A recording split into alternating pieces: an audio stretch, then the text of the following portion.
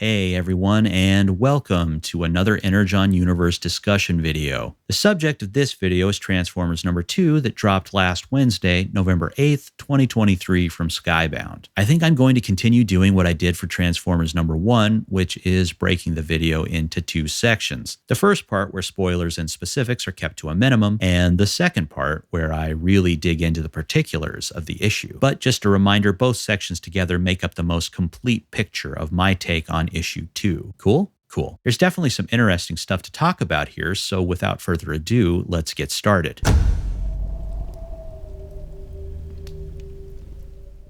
After the fast and furious first outing, the second issue of Skybound's Transformers series pauses to catch its breath, creating some space for the character work to shine and for the relationships between the characters to take some of the focus. To be fair, I thought Johnson was already doing excellent character work in the first issue, slotting it into the action-packed sequences in a way that made sense and was very clear. But this somewhat quieter approach to exploring the characters in issue number 2 allows us to see some different dimensions to the personalities at play here. And that's not to say that there's no action in this issue. There definitely is, but it just might not be quite what you're expecting after seeing how that first issue played out. Optimus Prime continues to be a highlight in this second issue. Johnson's writing for the Autobot leader is, in my opinion, spot on, masterfully capturing the essence of everything I love about the character. While a few new faces pop up throughout the issue, it's fair to say that Optimus Prime is given the lion's share of page time in issue 2, and Johnson puts it to good use. Transformers number 2 also provides a good amount of setup for future stories, and the way the pieces are placed on the board by the issue's end has me suspecting that the next entry will be another scorcher in terms of action and conflict, but the groundwork is laid for some interesting and potentially heartbreaking character drama as well. As is to be expected, the art continues to impress, with Johnson alternating between the calmer moments and more intense sequences in such a way that makes this issue just as much fun to read and read again as the first, despite the different approaches to pacing between the two. While I'll have to save specifics for the second half of the video, I can say that the color work here really stood out to me, particularly the usage of flat backgrounds. The color work certainly seems to be forming a cohesive whole in that it gels nicely with the first issue, but there are also some choices made here that differentiate the color palette from the first outing, making the overall look of this second chapter feel subtly unique. And the variety on offer here helps give the series thus far an extremely bright and colorful identity, with a seemingly endless range of eye-catching color tones.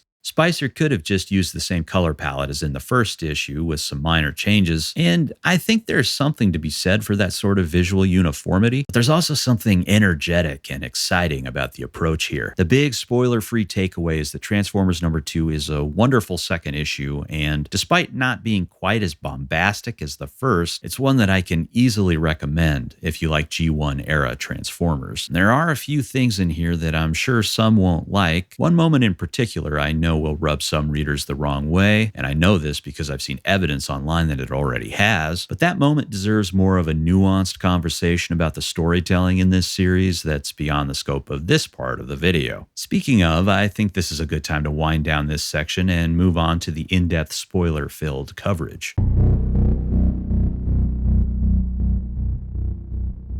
The second issue of Transformers actually opens with the aforementioned moment that may ruffle some feathers, with Optimus Prime exploring the lush, verdant woods teeming with life at the periphery of the old quarry the Autobots escaped to at the end of issue number 1. Prime marvels at the natural splendor of the area around him, distracted and not watching where he's going, leading him to accidentally step on and kill a deer. I know depiction of violence or harm done to animals can be upsetting to some, so I'm not going to show the deer specifically for this part, but that doesn't mean we don't see how Johnson rendered it in the actual pages of the comic. I consider myself an animal lover, and I'm not a big fan of seeing harm come to animals in media. Is anybody, really? But to play devil's advocate a bit, this isn't exactly photorealistic, and it's in service to the narrative, so it's not something I would consider gratuitous or crass. It's not gory per se, but it is fairly sad, and I think that's the point. I know people aren't going to like this moment in the comic, but you're not really supposed to. I think it's intended to be unpleasant, and I'm generally in support of challenging uncomfortable or otherwise unpleasant moments in fiction if it contributes in some way to the broader point or has the potential to impact the audience in a meaningful way. And here, this sequence with the deer and Spike's subsequent conversation with Optimus brings into focus the themes touched on in issue number 1, namely themes about family, as well as the significance and preciousness of life and the impact and loss of death. So far, this series has explored those themes through exercises in contrast. At the end of last issue, Starscream gleefully and intentionally killed Sparkplug's friend, Davy. This issue opens with Prime unintentionally killing an animal, an action that fills the Autobot leader with grief and remorse. This distinctly sets up the dichotomy of heroic Autobots and evil Decepticons that's been part of the franchise's branding since the early days, establishing the Decepticons as conquerors and the Autobots as protectors. But it also establishes the kinder, gentler side of Optimus Prime. This sequence reinforces that Johnson is writing Prime with a degree of empathy and compassion that doesn't always come through in the various iterations of the character in other depictions. Not that every Optimus Prime needs to be that way, but if you're going for G1 Optimus Prime, I think it does. And I think any creator writing that version of the character would be well advised to consider the story by Peter Cullen that I'm sure just about every Transformers fan has heard at least once, if not more, about his older brother Larry Cullen and the advice he offered before the younger sibling auditioned for Optimus Prime in the early 80s. If you're going to be a hero, be a real hero. Be strong enough to be gentle. I bring that up because that outlook clearly comes through in Peter Cullen's performance as Optimus Prime during the G1 years and beyond, and while others have taken up the role quite admirably, it's hard to argue that Cullen simply is the Optimus Prime for a lot of fans, myself included, so it's really remarkable how well Johnson has captured the spirit of Peter Cullen's Optimus Prime in his writing. And I think this scene really helps show that side of him in an effective and moving way. There's more to the character than suplexes and one-liners, after all, although those certainly don't hurt. You could maybe argue that Optimus didn't need to kill a deer for this to come across, but I don't know. I think there's something meaningful and kind of universal about the hero of a story making a mistake, regretting it, and learning from it. Plus, it seems to directly tie into Prime's line towards the end of this issue where he says, "I brought our war to this beautiful place, even if by accident. It is my duty to now defend it." Personally, I think this whole sequence with the deer works, but I know not everyone will, and that's okay, but I don't know. Am I way off target here? Let me know what you think. And well, after kind of a serious topic, I kind of hate to do this, but I gotta because I started it with the last video, so...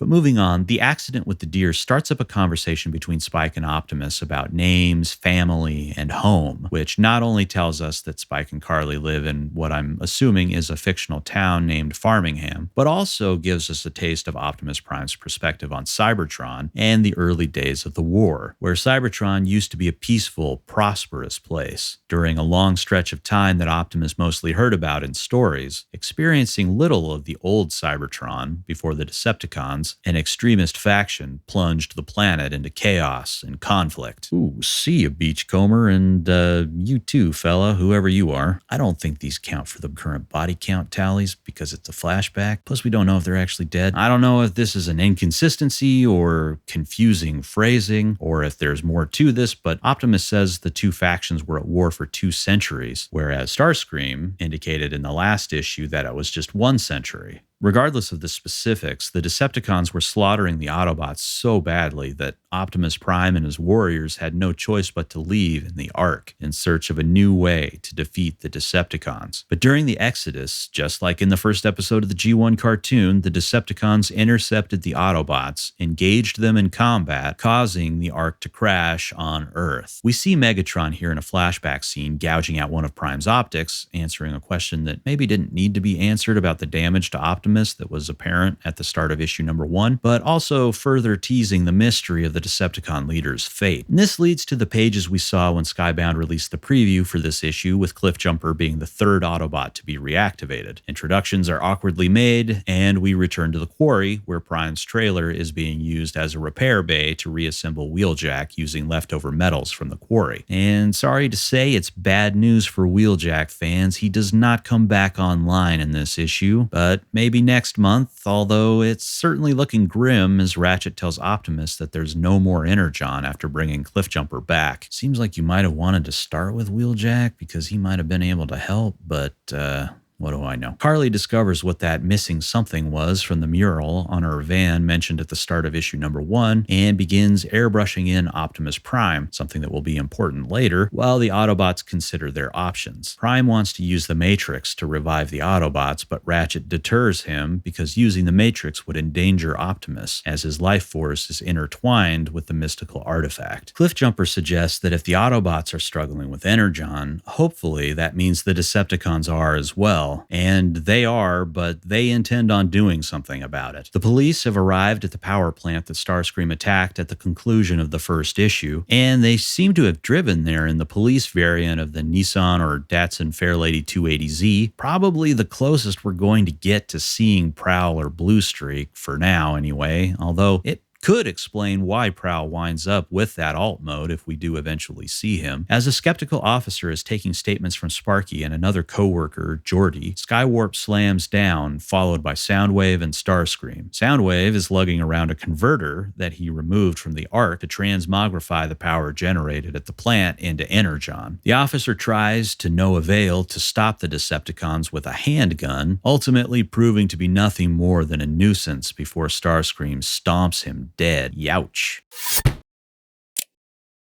The book then cuts to an F-14 fighter jet piloted by callsign Frosting, who is rerouted to investigate the Decepticons. And as an aside, we finally see some humans here with names, even if only as call signs, that don't end with a Y. Seriously, Sparky, Carly, Geordi, Davy, Jerry, Danny. Spike even tells Optimus that his nickname used to be Spiky. What's going on here, D-dubs? But we do see Frosting's first name is Mike, so odds are good that he probably goes by Mikey. But the other guy in the jet is maybe the exception to this odd rule, but we'll get to him in a moment. The transmission to Frosting is intercepted by Soundwave, which prompts Starscream to transform and take to the skies, engaging Frosting and his radio intercept officer sitting in the rear seat in aerial combat. Frosting performs admirably, but in the end, it's not enough, as Starscream simply transforms and slaps the jet out of the sky. Frosting and the other soldier eject, but Starscream has no intention of simply letting the duo go, clapping his hands together to turn Frosting into mush.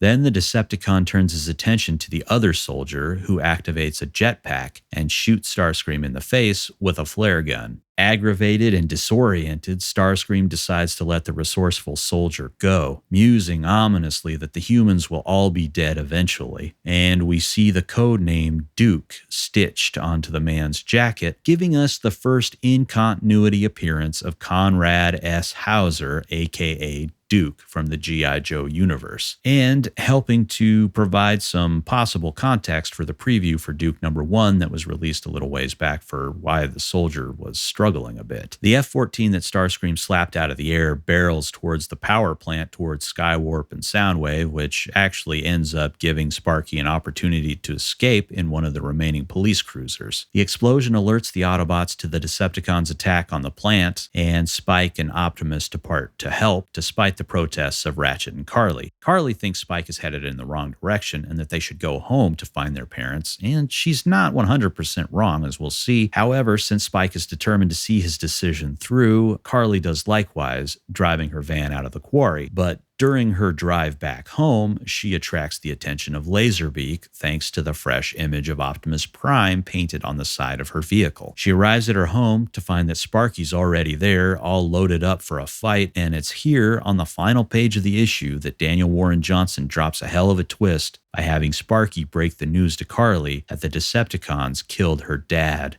Davy from the first issue. It's kind of a brutal reveal that means Davy's death is going to have way more of an impact on the story than I initially thought. Obviously, we'll have to wait and see how Johnson plays this, but at first glance, it seems to feed back into the themes of family, life, and death that I mentioned earlier. So I'm really curious to see what this means for the characters and overall story moving forward. With the story bits out of the way, let's circle back around to something I mentioned in the first section, the color palette. Now, obviously, the color palettes for the characters remain consistent, as you would hope and expect, but there's some interesting stuff happening with the lettering and the backgrounds, the latter of which I'll focus on in this video. Spicer definitely used plenty of flat background colors in issue number 1, and there's a good amount of variety. There also seems to be some kind of underlying cohesion tying the color tones of the individual books together. Issue number 1, for example, uses a lot of this yellow for solid backgrounds throughout, though again, it's not the only one. We get some nice pinks, blues, and this nice peachy orange in the arc, so there's a nice variety. And issue 2 follows suit, but leans on other tones, like this salmon color that is featured pretty heavily in the early pages of the book. We also start to see some richer colors, some deep reds and purples that were used sparingly, if at all, in issue number 1. Even this yellow, seen at the quarry sequence, is subtly different than the yellow used predominantly in issue number 1. That also brings me to another thing that I'm not sure to credit Johnson or Spicer for, but these splotches of inky texture set against the flat backgrounds really create some dramatic interest, making those panels stand out against the ones that rely primarily on color to fill in the negative space. And this is a trick that's been in rotation since issue number 1, and I have to say, I think it's a pretty nifty effect. White negative space gets a chance to shine here as well. Not that it wasn't present in issue number 1, it just didn't stand out to me as much as it does here. The way it's utilized in issue 2 really pops. Like on this page, Spicer could have just made the sky blue or a blue gradient or whatever, but he went with white, and I think it looks really cool, especially with the glow effect that seems to create the impression of blinding glints of light on the jet's weaponry and the edges of the landscape. This entire sequence has some really awesome panels, like on the next page when Starscream slaps the jet with this spicy, eye-searing background, and the slap onomatopoeia colored with a kind of gradient. Also, I love how the motion lines are inside the letters of this onomatopoeia, not the background like you would expect. And like we see elsewhere, such as a couple of pages over. I mean, by the way, look at all the colors packed into these motion lines. We saw this in the previous issue, so I was happy to see it make a return, and with a different array of colors to boot. And speaking of motion lines, Johnson also makes use of visualizing intense movement with more scribbly lines to wonderful effect, like on the jet in this panel that we've already looked at, as well as this one with Starscream's arms and blasters evoking a blurred sense of fast movement captured in still frame. Another nice use of white negative space, by the way, and the texture on the lettering here is top-notch as well, looking like brush streaks or even one part that kind of looks like a fingerprint or something, evocative of blood smeared on a surface, perhaps. I feel like there's more I could touch on, like how the lettering continues to be awesome, with the colors used and gradient effects sometimes applied to them, or like how much I love the texture and color in the fiery panels flashing back to the war with a truly gorgeous and menacing panel of Megatron. But I feel like this video is getting a bit long, so it's probably time to wrap this up. The bottom line is that yes, the comic slowed down a bit this month in terms of pacing, but that's not a bad thing in the slightest. This is still a compelling entry, just in a different way than the first issue. There are plenty of solid character moments, and like I said earlier, I wouldn't be surprised to see more action return next month, as the majority of the cast seems to be on a collision course with one another. If you're a G1 fan or a fan of indie comics in general, the series continues to get a recommendation from me. I'm really looking forward to the third issue to see what happens next. But how about you? Leave me a comment with your thoughts, hit the like button if you liked the video, click the subscribe button if you want to follow along, and check out my playlists if you want to see more of my videos on the Energon Universe. I hope you enjoyed this look at Transformers number 2. Thanks for watching. Hope you have a good rest of your day, and take care.